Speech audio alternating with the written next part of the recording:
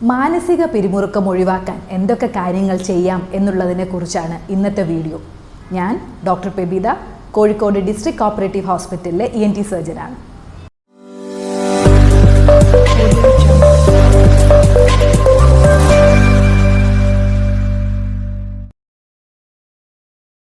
മാനസിക പിരിമുറുക്കം നമ്മുടെ ശരീരത്തിനും മനസ്സിലും ഉണ്ടാക്കുന്ന ആഘാതങ്ങളെക്കുറിച്ച് ഒരു ഷോർട്ട് വീഡിയോയിൽ നമ്മൾ ഡിസ്കസ് ചെയ്തിരുന്നു. ശരീരത്തിൻ്റെ രോഗപ്രതിരോധ ശേഷി കുറഞ്ഞ് എപ്പോഴും അസുഖങ്ങൾ ബാധിക്കുക, മാനസിക പിരിമുറുക്കം മൂലം വിഷാദരോഗം, ഉത്കണ്ഠ, ഉറക്കക്കുറവ് തുടങ്ങി പല പ്രശ്നങ്ങളും മാനസിക പിരിമുറുക്കം മൂലം നമുക്കുണ്ടാവാം. ഇതോടൊപ്പം തന്നെ ജീവിതശൈലി രോഗങ്ങളായ BP-യും കൊളസ്ട്രോളും ഷുഗറുമൊക്കെ സ്ട്രെസ്സിൻ്റെ മറ്റ് സൈഡ് ഇഫക്ട്സ് ആണ്. എങ്ങനെ നമുക്കിതിനെ മറികടക്കാം? ഇതിനൊരു പരിഹാരം കാണുന്നതിന് മുമ്പ് അമിതമായിട്ട് മാനസിക പിരിമുറുക്കം ഉള്ളവരാണോ നമ്മളെന്ന് നമ്മൾ ഓരോരുത്തരും സ്വയം കണ്ടെത്തണം. അമിതമായിട്ടുള്ള ഉത്കണ്ഠ നിങ്ങൾക്കുണ്ടോ? എപ്പോഴും സങ്കടപ്പെട്ടിരിക്കുന്നവരാണോ നമ്മൾ? ഇത്തരം കാര്യങ്ങൾ സ്വയം ഒന്ന് അവലോകനം ചെയ്തു നോക്കാം. എനിക്ക് ഭയങ്കര സ്ട്രെസ്സാണെന്ന് നിങ്ങൾ പറയുമ്പോൾ ഇനി പറയുന്ന കാര്യങ്ങൾ ഏതെങ്കിലും നിങ്ങൾക്കുണ്ടോ എന്ന് ഒന്നുകൂടെ ഒന്ന് സ്വയം പരിശോധിച്ച് നോക്കുക. ഈ സ്ട്രെസ് എന്നൊക്കെ പറയുന്നത് ഒരുപാട് മേഖലകളിലാവാം. ഒന്ന്, നമ്മുടെ ശരീരത്തെ സംബന്ധിച്ചിട്ടുള്ള ആവലാതിയാവാം. നമുക്കുള്ള ഏതെങ്കിലും അസുഖം മാറുമോ, അതോ ഇതുമൂലം എൻ്റെ ജോലിക്ക് ബുദ്ധിമുട്ട് വരുമോ, ദൈനംദിന പ്രവർത്തനങ്ങൾ തകരാറിലാവുമോ, എൻ്റെ കുടുംബത്തെ പോറ്റാനുള്ള പ്രാപ്തി എനിക്കുണ്ടാവുമോ, ഇങ്ങനെ അസുഖങ്ങളെക്കുറിച്ചുള്ള ആവലാതി, ഇത് സ്ട്രെസ്സിനുള്ള ഒരു കാരണമാണ്. മറ്റൊന്ന്, വറി, വെറുതെ ടെൻഷൻ അടിക്കുക. കുട്ടികളൊന്ന് സ്കൂളിൽ പോയിട്ട് തിരിച്ചു വരാൻ ഒരു 10 മിനിറ്റ് വൈകിയാൽ ആവലാതിയാണ്. സ്കൂളിലെ ഡ്രൈവറെയും മറ്റും ആ സമയത്തിനുള്ളിൽ ഒരു 10-20 പ്രാവശ്യം വിളിച്ചിട്ടുണ്ടാവും. അതേപോലെ തന്നെ ഞാൻ ഇന്ന കാര്യം ചെയ്താൽ ശരിയാവുമോ, അതുകൊണ്ട് ഇത് വേണ്ടാതെ വയ്ക്കുന്നു. ഇതൊക്കെ അമിതമായിട്ടുള്ള ഉത്കണ്ഠയാണ്. മറ്റ് കാര്യങ്ങൾ നേരിടാനുള്ള ഭയം മൂലം പലപ്പോഴും പലതിൽ നിന്നും ഒളിച്ചോടുന്നു. ഇതും ഒരുതരം സ്ട്രെസ് തന്നെയാണ്. പണ്ടുണ്ടായിട്ടുള്ള സങ്കീർണമായിട്ടുള്ള ജീവിത ക്ലേശങ്ങൾ, ഇതൊക്കെ മാനസിക പിരിമുറുക്കത്തിൻ്റെ ബാക്കി പത്രമാവാൻ നമ്മൾ തന്നെ സ്വയം സമ്മതിക്കുക. പഴയ കാര്യങ്ങൾ ഓർത്തെടുത്ത് ഇതൊക്കെ എൻ്റെ ജീവിതത്തിൽ സംഭവിച്ചല്ലോ, ഇനി ഞാൻ എങ്ങനെ മുന്നോട്ട് നോക്കും, ഇനി എങ്ങനെ ഞാൻ മുന്നോട്ട് ജീവിതം നയിക്കുമെന്ന ആവലാതി, ഇതും മാനസിക പിരിമുറുക്കത്തിൻ്റെ ഒരു അടയാളമാണ്.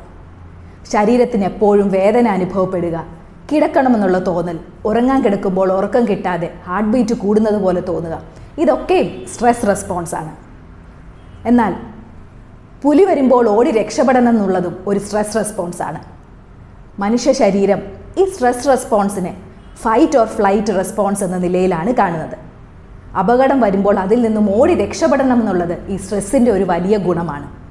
എന്നാൽ എപ്പോഴും ശരീരം സ്ട്രെസ് റെസ്പോൺസിലാണെങ്കിൽ ഈ കോർട്ടിസോൾ ഹോർമോണിൻ്റെ അളവ് വല്ലാതെ കൂടുന്നത് കൊണ്ടാണ് ശരീരത്തിൽ പലതരത്തിലുള്ള മാറ്റങ്ങൾ സംഭവിക്കുന്നത്. അപ്പോൾ ഈ ഒരു സ്ട്രെസ് റെസ്പോൺസിനെ നമ്മുടെ ശരീരത്തിനെയും മനസ്സിനെയും മുന്നോട്ട് നയിക്കാനുള്ള ഒരു മോട്ടിവേറ്റിംഗ് റെസ്പോൺസായി കണ്ടാൽ മാത്രമേ നമുക്കിതിനൊരു പരിഹാരം കണ്ടെത്താൻ സാധിക്കൂ. എപ്പോഴും പെർഫെക്ഷനിസം ആഗ്രഹിക്കുന്ന, നമ്മളെ തന്നെ ജഡ്ജ് ചെയ്യുന്ന ഒരു മനസ്ഥിതിയിൽ നിന്ന് നമ്മൾ മാറണം. നമ്മുടെ കലണ്ടർ എപ്പോഴും ഫുള്ളായിട്ട് വയ്ക്കാതിരിക്കാൻ നമ്മൾ ശ്രദ്ധിക്കുക. കാര്യങ്ങളിൽ നിന്ന് ഒളിച്ചോടാൻ ശ്രമിക്കുന്നതിന് പകരം തരം തിരിച്ച് അവയുടെ പ്രാധാന്യം അനുസരിച്ച് ഒന്ന് ലിസ്റ്റ് ചെയ്താൽ പല പ്രശ്നങ്ങൾക്കും ഒരു പരിഹാരമാവും. അപ്പോൾ ഈ സ്ട്രെസ്സിനെ മാനേജ് ചെയ്യുമ്പോൾ നമ്മൾ ഇനി പറയുന്ന കാര്യങ്ങൾ ശ്രദ്ധിക്കുക. അതിൽ പ്രധാനപ്പെട്ടതായിട്ട് എനിക്ക് തോന്നുന്നത് എക്സസൈസ്. എന്തെങ്കിലും ഒരു ഫിസിക്കൽ ആക്ടിവിറ്റിയിൽ നമ്മൾ ഇടപെട്ടാൽ ഈ ആക്ടിവേറ്റഡ് ആയിട്ട് നിൽക്കുന്ന കോർട്ടിസോൾ ഹോർമോണിൻ്റെ ഇഫക്ട്സ് നമ്മുടെ ശരീരത്തിൽ നിന്ന് ഏകദേശമൊക്കെ ഒന്ന് മാറ്റാൻ സാധിക്കും. ഏത് തരം എക്സസൈസ് ആയിക്കോട്ടെ, ഒരു നടത്തം, സൈക്ലിങ്, നീന്തൽ, നിങ്ങൾക്ക് ഇഷ്ടപ്പെട്ട ഏതൊരു എക്സസൈസും നമ്മൾ ഇഷ്ടത്തോടു കൂടി ചെയ്താൽ അത് സ്ട്രെസ്സിനുള്ള വലിയൊരു പരിഹാര മാർഗം തന്നെയാണ്. പിന്നെയുള്ളത്, നമ്മുടെ ജോലി ചെയ്യുന്ന സ്ഥാപനത്തിലോ അതല്ലെങ്കിൽ വീട്ടിൽ തന്നെയാണെങ്കിൽ പോലും ഒരു 24 മണിക്കൂറും വളരെ ടൈറ്റ് ആയിട്ടുള്ള ഷെഡ്യൂൾ വെക്കാതിരിക്കുക. കലണ്ടർ നോക്കി എല്ലാ ദിവസവും ചെയ്യാനുള്ള കുറേ കാര്യങ്ങൾ മാർക്ക് ചെയ്യുന്നതിന് പകരം 1-2 ദിവസം വളരെ ലൈറ്റായിട്ടുള്ള ദിവസങ്ങളാക്കുക. സമയത്തെ ക്രമീകരിച്ച് ചെയ്യേണ്ട കാര്യങ്ങളുടെ പ്രാധാന്യം അനുസരിച്ചിട്ടൊരു ചെക്ക് ലിസ്റ്റ് ഉണ്ടാക്കുക. രാവിലെ മുതൽ വൈകിട്ട് വരെ ചെയ്യേണ്ട കാര്യങ്ങൾ വളരെ ടൈറ്റായിട്ട് വയ്ക്കാതെ ഒന്ന് റിലാക്സ്ഡ് ആയിട്ടിരിക്കാൻ ശീലിക്കുക. ജോലി സ്ഥലത്ത് നിന്ന് ലീവ് എടുക്കാൻ മടി കാണിക്കാതെ ഇരിക്കുക. മറ്റൊരു കാര്യം, നമ്മളെല്ലാവരും ഇന്ന് സോഷ്യൽ മീഡിയയിൽ വളരെ സജീവമാണ്. നമ്മുടെ ചുറ്റുവട്ടത്തുള്ളവരെ നമുക്കറിയില്ലെങ്കിലും സോഷ്യൽ മീഡിയയിൽ നമുക്ക് ഒരുപാട് ഫ്രണ്ട്സ് ഉണ്ട്. എന്നാൽ ഈ സോഷ്യൽ മീഡിയയും വാർത്തകളും കേട്ട് എപ്പോഴും ഇരിക്കുമ്പോൾ നമ്മുടെ ശരീരം തന്നെ ഒരു സ്ട്രെസ് റെസ്പോൺസിലാവും.